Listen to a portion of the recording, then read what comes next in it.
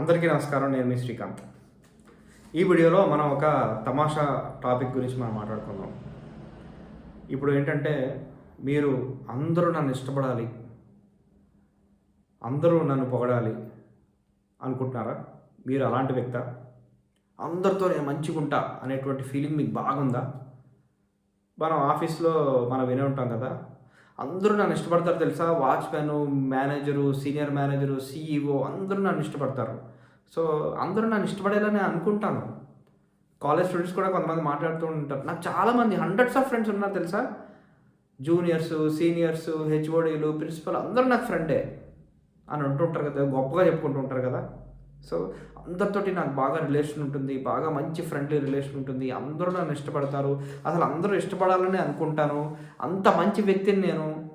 అయినా సరే నన్ను ఇలా హర్ట్ చేస్తున్నారు అని అనుకుంటూ ఉంటారు కదా. మీరు ఒకవేళ అలా అనుకున్నట్లయితే మీ అంత దద్దం ఎవరు ఉంటారు మీకు? అర్థమైందా? అందరూ ఇష్టపడాలి నన్ను అనుకునేది ఒక నెగిటివ్ ప్యాటర్న్ అది. ఓకే, దాని దాని మీనింగ్ ఏంటి తెలుసా? మీకు లైఫ్లో ఏ గోల్ లేదన్నమాట. ఓకే, మీకు పని లేదు, అందుకే అందరితో సొల్లు కబుర్లు చెప్పుకుంటూ ఉంటారు. అలా మంచిగా మాట్లాడితే ఎవరి ఫ్రెండ్ కూడా అందరు ఫ్రెండ్ అవుతారు. ఏముంటుంది లాస్ట్కి? ఏం చేస్తారు మీరు? ఏముండదు. అర్థమైందా?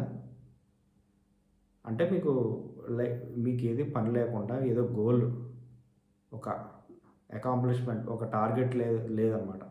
అందుకే మీరు ఇట్లాంటి మైండ్ సెట్లో ఉంటారు. అర్థమైందా? అందుకని ఒకవేళ మీరు ఇలాగా ఆలోచించినట్లయితే అది చూసుకోండి. ఓకే, అందరూ మనం ఇష్టపడాల్సిన అవసరం లేదు, అందరితో ఫ్రెండ్షిప్ చేయాల్సిన అవసరం లేదు.